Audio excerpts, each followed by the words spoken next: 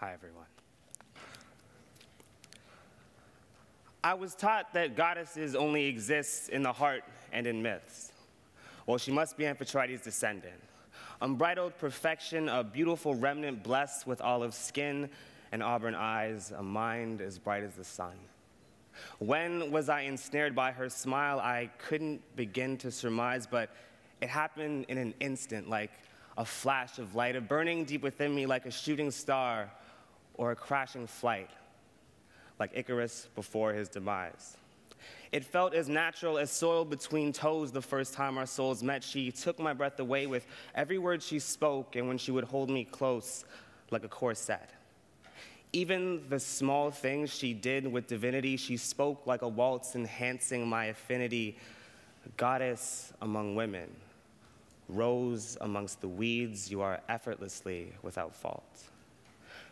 There must be something in the water that's passed down to the Mediterranean's daughters, my Amphitrite, my goddess of the sea, who swam through my veins like cocaine.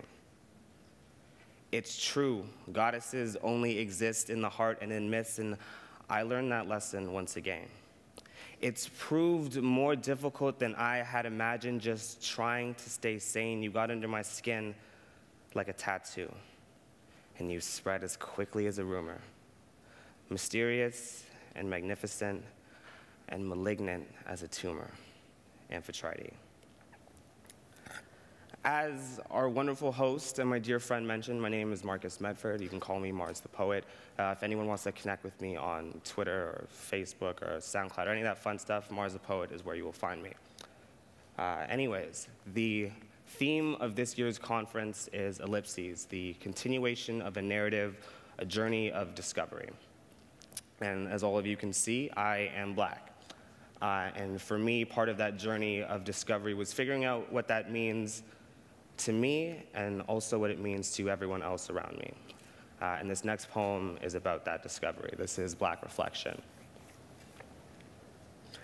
Being your friend's Black friend used to sound pretty cool, but it's a little bit concerning when you think it through. You're not even Black, they say with hints of subtle relief. They find my people deplorable, but accept my friendship with ease. Do I look like a thug because of my tattoos, or because I'm a Black male? I'm frowned upon for flirting with girls whose skin happens to be pale. Why do you seem so surprised that I don't speak in slang, that I'm bad at basketball or don't belong to a gang? And as a Black man, I supposedly love chicken when there isn't a damn omnivore who feels any different. And it's funny how acting my skin color is automatically comical, but when Black people do it, it's ghetto and abominable. So, because I'm Black, you think that I'm likely to steal. You say that it's just a joke, but how much better should that make me feel? Why is it such a shock that I enjoy works by Bach? Who said that I should be limited to Lil Wayne and Tupac? And as a Black man, it upsets me how many times nigga is heard. Carelessly whipped around as if it were just another word. Look, a word is something more than sounds that you say when it's used as an excuse to take history, humanity, and family away. An A or an ER don't make the roots different. My nigga shouldn't make you feel endeared. It should make you feel indignant. Though not usually said with hate, it still reeks of degradation. Now everyone can say nigga, congrats. We've ended segregation. I don't usually bring it up. It just feels like the norm. Racism hasn't gone away, it's taken on a different form, but you're not racist, you tell me. You have a friend that's Black. But when they're not around, does that change the way you act? Black Reflection.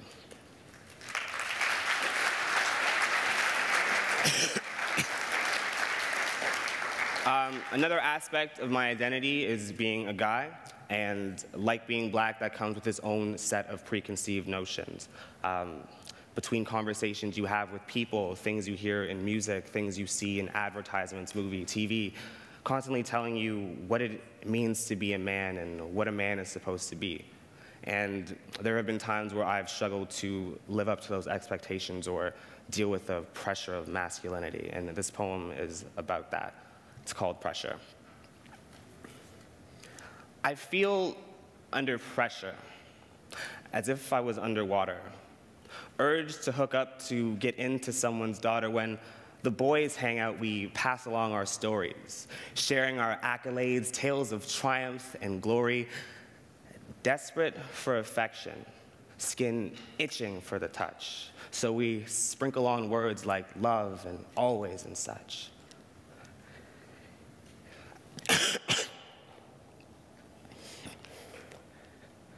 Morals get cloudy when hormones are urgent. Everybody knows it's not cool to still be a virgin. Fantasies of bodies rubbing, the desire to feel the warmth of lovemaking, illegitimate or real. And it feels so good to have, then dismiss her, until the dumb slut is your little sister. It can be hard to believe that love's not fictitious when guys act like dogs chasing after bitches. Shouldn't sex have greater meaning than simply seeking pleasure? This can't be the reason that men and women come together. Pressure.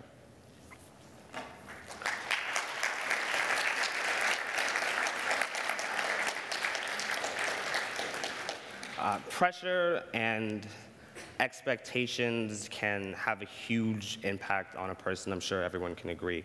And I think that that impact is especially felt when you're young, particularly in high school. And I know in a lot of ways in high school and in other places in life that women have it more difficult than men. I have a lot of female friends, so I've heard the story told from both sides. And I have friends who have trust issues, intimacy issues, low self-esteem, and it all stems from the same kind of stuff. And I was once asked to put myself in the shoes of a teenage girl and to write a poem. I was actually supposed to be paid $10 for it, but the girl never paid me $10. But I did get this poem out of it, and this is a poem that I really enjoy. This is Imperfection. Every morning when I get up, I see my reflection. I see chubby, I see ugly, I see imperfection. I'm in need of affection. I have to be pretty. If I don't look good, they won't bother with me. So I get dolled and caked up and smothered in makeup just to have some boy tell me I'm someone he'd fuck. To add to that, I have to be easy on the eyes to compete with the girls and to impress the guys. See, to them, I'm a prize, a challenge, a game. Just another pretty face with a number and a name. So sure, I'll play along, pretending to be okay. Pretending I don't hear the rumors in the hallway. It's just another day. It's hard, but I'll pull through. But why couldn't my reflection be beautiful too? Imperfection.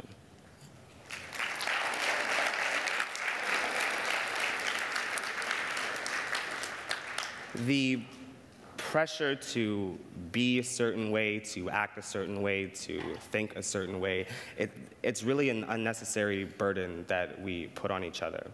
We tell ourselves and we tell other people that you're not good enough because you don't have this or you're not like that.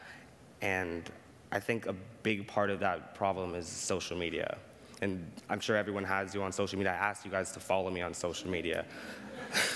But social media is this weird alternate universe with like its own weird kind of rules. Like, not everyone that's your friend is like actually your friend. And not everyone who likes your pictures like really likes you. And I think that it can be hard to understand yourself and to really meaningfully connect with other people because of an over-reliance on social media. And this next poem is about that. This is 2011 likes / locks in the electricity.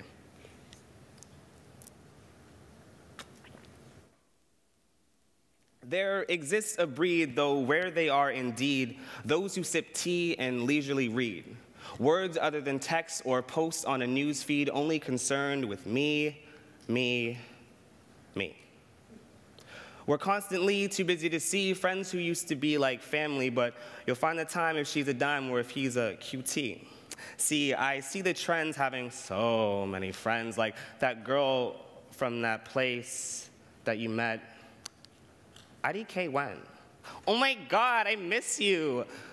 OMG, me too. I'll see you then at that Don't Loaf on Ticks all ages event so we can dance and get drunk and forget we met each other again.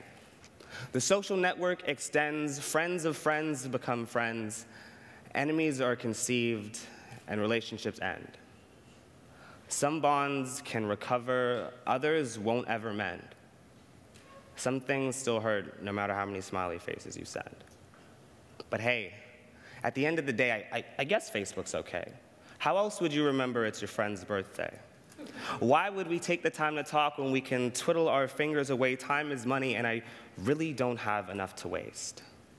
I SMH, if this is our fate, soon it'll be too late to teach a book and a face how to cooperate. Lost in the electricity, swept up in the current. It's a sad state when the only way to relate or manage to find someone to date is through a keyboard. We have all this technology and we talk all the time, but we're constantly bored and struggle to communicate. Lost in the electricity.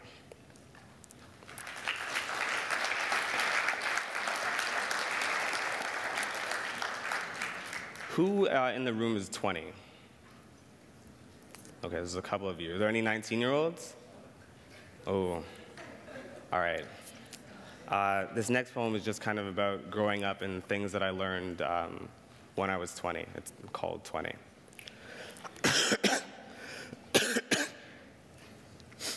20, dreaded 20. It's just an age. 20, bloody 20, it's only a phase. I'm going to be 20 for a couple of days. Dressing well is a form of good manners, they say, so goodbye, urban planet, and hello to the bay. It's time to find a real job, earn a decent pay. One can only spend so long making fish fillets. Tomorrows come too quickly while you clutch at yesterdays. Time races by and life is a highway.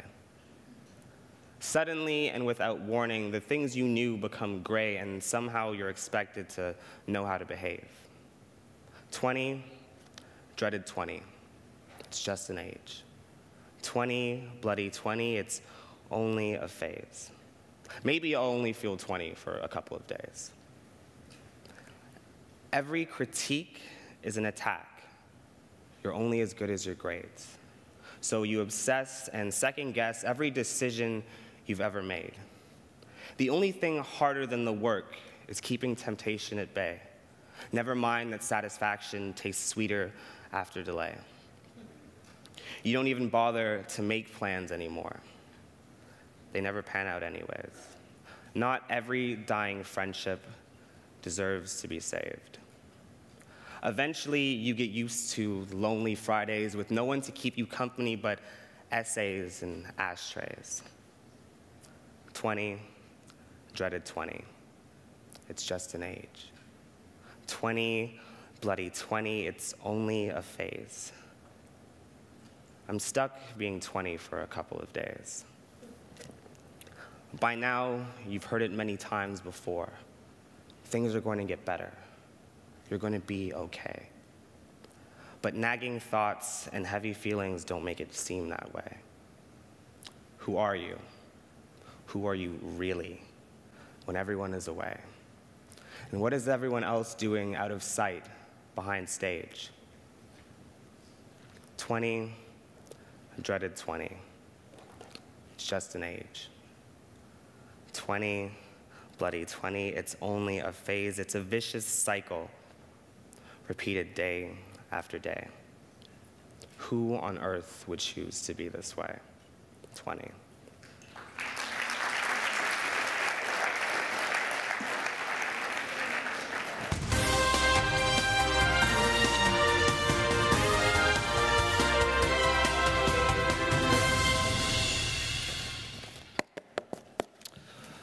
Breaking news. What baby name do Will and Kate select? Did Tom Brady pay off the refs? We have traffic and weather coming up next, and in other news, another brother was shot to death.